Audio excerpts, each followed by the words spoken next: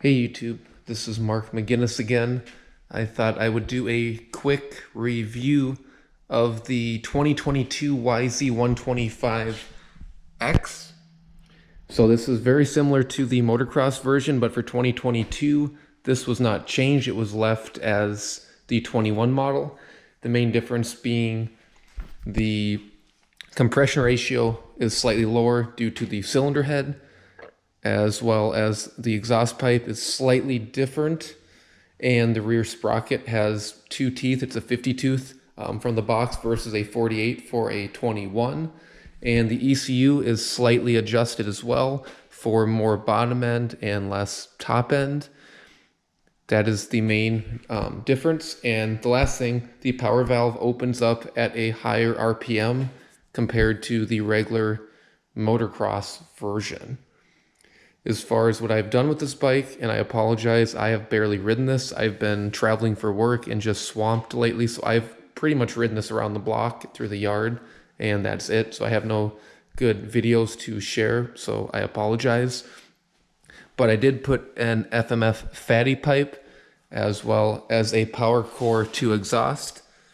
You can see that there. And I also put the Apex head. I did put the low compression. This is the cross-country version, not the MX version. So it bumps it up to a similar power level to a stock YZ125, which is roughly, instead of 8 to 9 compression, it's roughly like a 10 to 1. So it goes up a little bit. So I did that as well. And I'm not sure if you can see it here.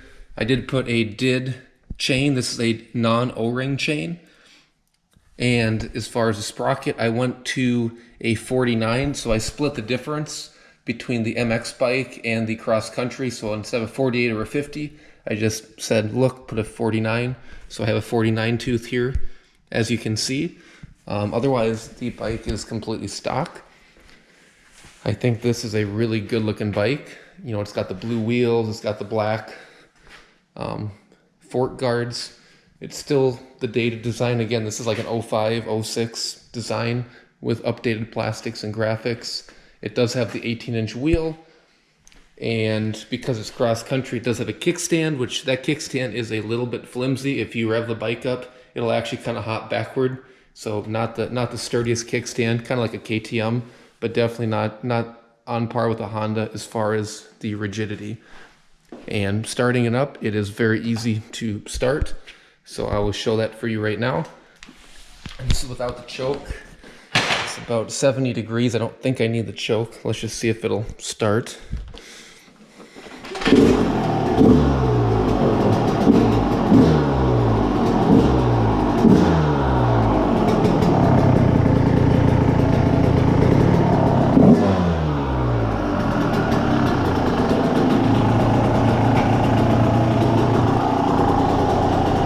That is the bike idling.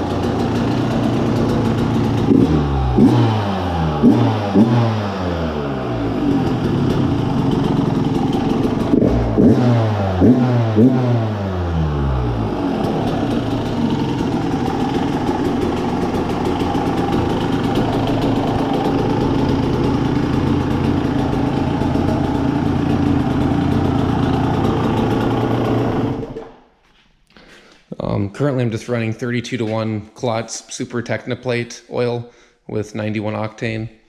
And the last thing I forgot to mention, I did put a skid plate, an Etribus, so that should help protect the bottom a little bit. So let me know what other mods I should do or shouldn't do with this bike. But I think overall it's a cool bike. Tall seat height, definitely got to be tall to straddle this thing. Once you're on it, feels wonderful. It's got wonderful suspension.